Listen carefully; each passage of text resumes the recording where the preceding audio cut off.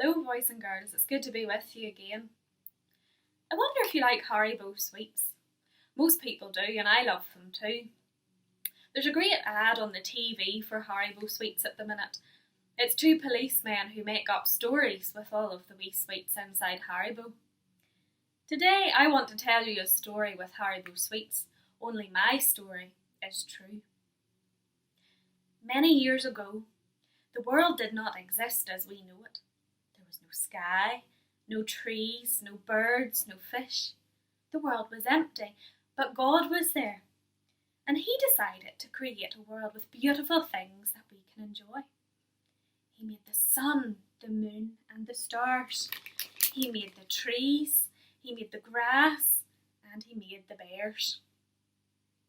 He made all of these things in His perfect world for us to enjoy.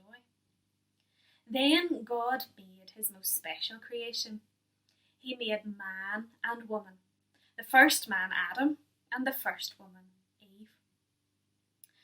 Adam and Eve, they loved each other very much. The ring reminds me of them, how they were the first married couple in the whole world, how they loved each other perfectly, and how they lived in a perfect garden. God loved them very much, and He gave them only one instruction. They were not allowed to eat from the fruit of the tree in the middle of the garden, the tree of the knowledge of good and evil. Things were going really, really well. Their life was perfect in the Garden of Eden, and they loved each other so much. They spent time with God every day. Their relationship with Him was great. They were great friends. But then one day, a snake came. The snake was really the devil, and he tempted Eve to eat the fruit from the tree in the middle of the garden. Eve sadly listened to the snake, and she took the fruit and ate it.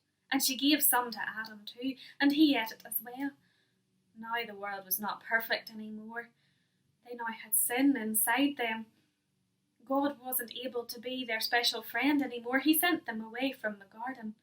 The perfect world was ruined. But God still loved Adam and Eve. He loved them so much, even though He had to send them away, even though they weren't His friend anymore. It was sad because now everyone in the world would be born with this problem of sin in their lives. That means you and me have that problem of sin too. But God loves us so much that He had a plan to rescue us.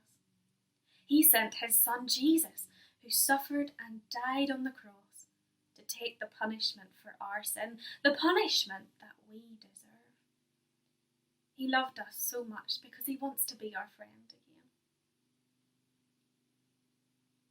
The Bible promises that if we trust in Jesus to take away our sin, and if we turn away from the wrong things we do, that we can be God's friend again.